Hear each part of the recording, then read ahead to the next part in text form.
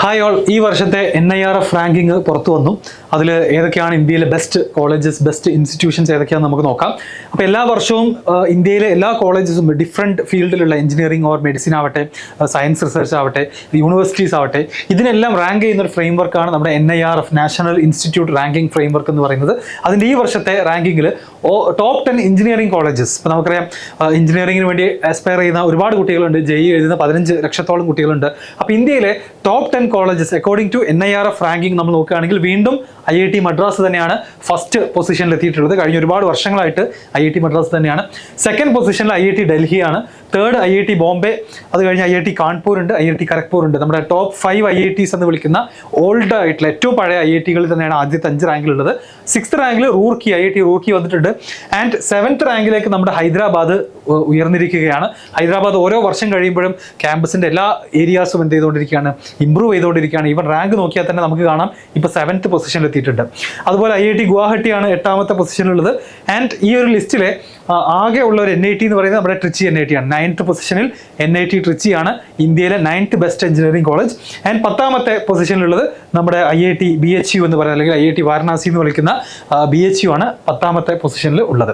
അത് കഴിഞ്ഞ് നമ്മളിനി ഓവറോൾ ഇൻസ്റ്റിറ്റ്യൂട്ടുകളുടെ ഓവറോൾ റാങ്കിങ് നോക്കുകയാണെന്നുണ്ടെങ്കിൽ അവിടെയും IIT മദ്രാസ് തന്നെയാണ് ഫസ്റ്റ് റാങ്കിൽ എത്തിയിട്ടുള്ളത്. പിന്നെ നമ്മുടെ IIC ബാംഗ്ലൂർ എത്തിയിട്ടുണ്ട്, IIT ബോംബെ, ഡൽഹി, കാൺപൂർ.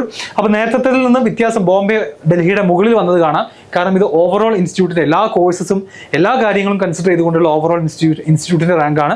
കാൺപൂർ ഉണ്ട്, IIT ഖരഗ്പൂർ ഉണ്ട്, റൂർക്കി, പിന്നെ IIT ഹൈദരാബാദ് തന്നെയാണ്. അത് കഴിഞ്ഞാൽ JNU, ജവഹർലാൽ നെഹ്റു യൂണിവേഴ്സിറ്റിയാണ്. പിന്നെ ബനാറസ് ഹിന്ദു യൂണിവേഴ്സിറ്റി BNU ആണ്, BHU ആണ് പിന്നീടുള്ളത്. ഇതാണ് ഇന്ത്യയിലെ ഏറ്റവും top 10 institutions in the sense overall എല്ലാ കാര്യങ്ങളും കൺസിഡർ ചെയ്തുകൊണ്ടുള്ള ഓവറോൾ ഇൻസ്റ്റിറ്റ്യൂട്ട്. അതിൽ തന്നെ എഞ്ചിനീയറിംഗ് കോഴ്സസ് മാത്രം നോക്കുമ്പോഴാണ് ഈ ഒരു ടോപ്പ് 10 നമുക്ക് കാണാൻ സാധിക്കാം. ഇനി മാനേജ്മെന്റ് കോളേജുകളിലേക്ക് പോകുകയാണെന്നുണ്ടെങ്കിൽ, ഇപ്പോൾ ഭാവിയിൽ MBA എടുക്കണമെന്നുണ്ടെങ്കിൽ നിങ്ങൾക്ക് അഹമ്മദാബാദ്, ബാംഗ്ലൂർ, കോഴിക്കോട് ഈ IIMകളാണ് ടോപ്പ് 3 ഇൻസ്റ്റിറ്റ്യൂട്ടുകളായിട്ട് ഈ വർഷം വന്നിട്ടുള്ളത്. അത് കഴിഞ്ഞാൽ IIT ഡൽഹിയിലെ മാനേജ്മെന്റ് കോഴ്സുകൾ ആക്ച്വലി 4th റാങ്കിൽ വന്നിട്ടുണ്ട് എന്നുള്ളത് നോട്ട് ചെയ്യാം. പിന്നെ IIM ലക്നൗ ഉണ്ട്, മുംബൈ, കൽക്കട്ട, ഇൻഡോർ, അതുപോലെ തന്നെ ഗുരുഗ്രാമിലുള്ള MDI എന്ന് പറയുന്ന ഇൻസ്റ്റിറ്റ്യൂട്ട്, XLRI എന്ന് പറയുന്ന ജംഷഡ്പൂരിലെ ഇൻസ്റ്റിറ്റ്യൂട്ട്. ഇവരാണ് ഇന്ത്യയിലെ നമുക്ക് MBA പഠിക്കണമെന്നുണ്ടെങ്കിൽ, മാനേജ്മെന്റ് കോഴ്സസ് പഠിക്കണമെന്നുണ്ടെങ്കിൽ ഇന്ത്യയിലെ ടോപ്പ് 10 കോളേജുകളാണ് ഈ കാണുന്നത്. ഇനി യൂണിവേഴ്സിറ്റീസ് നോക്കുകയാണെന്നുണ്ടെങ്കിൽ അതിൽ 1ാം സ്ഥാനത്തുള്ളത് നമ്മുടെ IIC ബാംഗ്ലൂരാണ്. പിന്നെ JNU ഉണ്ട്, അതുപോലെ Manipal academy of higher education ഉണ്ട്, ജാമിയ മിലിയ ഇസ്ലാമിയാണ് 4th പൊസിഷനിലുള്ളത്. ഡൽഹി യൂണിവേഴ്സിറ്റി 5th പൊസിഷനിലുണ്ട്. BHU 6ാമത്തെ റാങ്കിലുണ്ട്. അമൃത വിശ്വ വിദ്യാപീഠം, അതുപോലെ university of Hyderabad, Savitribai Phule Pune university ഉണ്ട്. അലിഗർ മുസ്ലിം യൂണിവേഴ്സിറ്റിയാണ് 10th പൊസിഷനിൽ വന്നിട്ടുള്ളത്. അപ്പോൾ ഇത്രയുമാണ് ഇന്ത്യയിലെ ബെസ്റ്റ് 10 യൂണിവേഴ്സിറ്റീസ് എന്ന് പറയാം നമുക്ക്. ഇനി കേരളത്തിൽ നിന്നുള്ള കോളേജുകൾ നമ്മുടെ NIRF റാങ്കിങ്ങിൽ എവിടെയാണ് നമുക്ക് നോക്കിക്കഴിഞ്ഞാൽ ഏറ്റവും മുകളിൽ നമ്മുടെ NIT കാലിക്കറ്റിന്റെ പൊസിഷൻ എഞ്ചിനീയറിംഗ് റാങ്കിൽ 21, ഓവറോൾ റാങ്കിൽ 45. അപ്പോൾ ഇത് കേരള ഗവൺമെന്റിന്റെ അല്ല, കേരളത്തിലുള്ള കോളേജുകളെ കുറിച്ചാണ് സംസാരിക്കുന്നത്. രണ്ടാമതായി വന്നിട്ടുള്ളത് IIT പാലക്കാടാണ്, 64ാം റാങ്ക് ഉണ്ട്. ഓവറോൾ റാങ്ക് ആണെങ്കിൽ ഒരു 150-150-150ക്കുള്ളിലാണ്.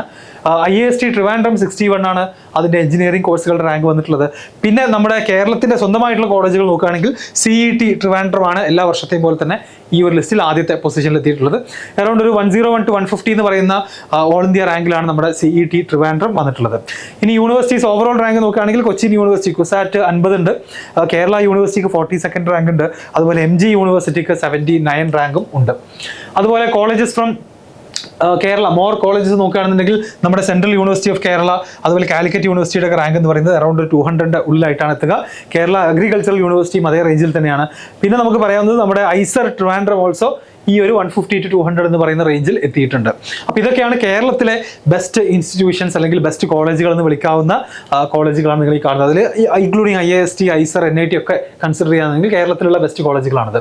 ഇനി ഇതിൽ തന്നെ നമ്മൾ ടോപ്പ് 10 IITs മാത്രം നോക്കുകയാണെങ്കിൽ, എഞ്ചിനീയറിംഗ് കോളേജുകൾ മാറ്റി നിർത്തിയിട്ട് ടോപ്പ് 10 IITകൾ മാത്രം നോക്കുകയാണെങ്കിൽ ഞാൻ ആദ്യം പറഞ്ഞ ലിസ്റ്റിലെ പോലെ തന്നെ 8ാമത്തെ പൊസിഷൻ വരെ ആരുണ്ടാകും? IIT ഗുവാഹട്ടി ഉണ്ടാകും. അത് കഴിഞ്ഞാൽ IIT വാരണാസി അല്ലെങ്കിൽ BHU ബനാറസ് ഹിന്ദു യൂണിവേഴ്സിറ്റിയിൽ നിന്ന് അതിലെ എഞ്ചിനീയറിംഗ് പാർട്ട് IIT ആയിട്ട് കൺവേർട്ട് ചെയ്തിട്ടുള്ള ആ സ്ഥാപനമാണ്. ആൻഡ് ഫൈനലി 10th പൊസിഷനിൽ IIT ഇൻഡോർ ആണ്. ഓക്കെ, IIT ഇൻഡോർ ആണ്. അപ്പോൾ ഇതാണ് ഇന്ത്യയിലെ ഏറ്റവും ബെസ്റ്റ് IIT-കൾ എന്ന് പറയാവുന്ന ആദ്യത്തെ 10 എണ്ണം.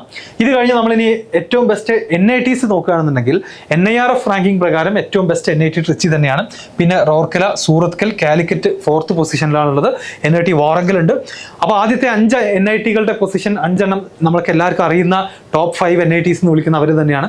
അതിൽ നിന്ന് താഴേക്ക് പോകുകയാണെങ്കിൽ നമുക്ക് NIT ജയ്പൂർ ഉണ്ട്, നാഗ്പൂർ, NIT ദുർഗാപൂർ, NIT സിൽച്ചാർ ആസാമിലുള്ള നോർത്ത് ഈസ്റ്റിലുള്ള ഒരു NIT മാത്രമാണ് ആക്ച്വലി ടോപ്പ് NIT-കളുടെ ലിസ്റ്റിലുള്ളൂ.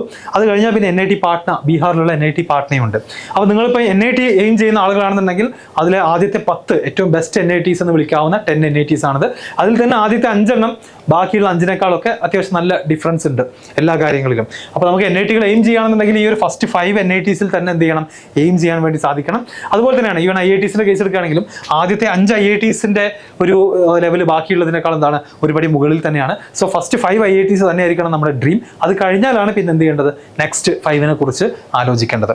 ഓക്കെ, അപ്പോൾ ഇത്രയുമാണ് നമ്മുടെ NIRF റാങ്കിങ്ങിന്റെ ഒരു ഓവർവ്യൂ. ഇനി ഇതിൽ കൂടുതൽ എന്തെങ്കിലും സംശയങ്ങളോ അല്ലെങ്കിൽ ഈവൻ ഞാൻ മിസ് ചെയ്തിട്ടുള്ള എന്തെങ്കിലും പോയിന്റ്സ് ഒക്കെ നിങ്ങൾക്ക് ആ റിപ്പോർട്ടിൽ നിങ്ങൾ കണ്ടിട്ടുണ്ടെങ്കിൽ ഡെഫിനറ്റ്ലി കമന്റ് ബോക്സിൽ അറിയിക്കാം. ഓക്കെ, സബ്സ്ക്രൈബ് ചെയ്യാനും മറക്കണ്ട. JEE റിലേറ്റഡ് ആയിട്ടുള്ള ഒരുപാട് ക്ലാസ്സുകളും കോണ്ടന്റുകളൊക്കെ ഇനി ചാനലിൽ വരാൻ പോകുന്നുണ്ട്.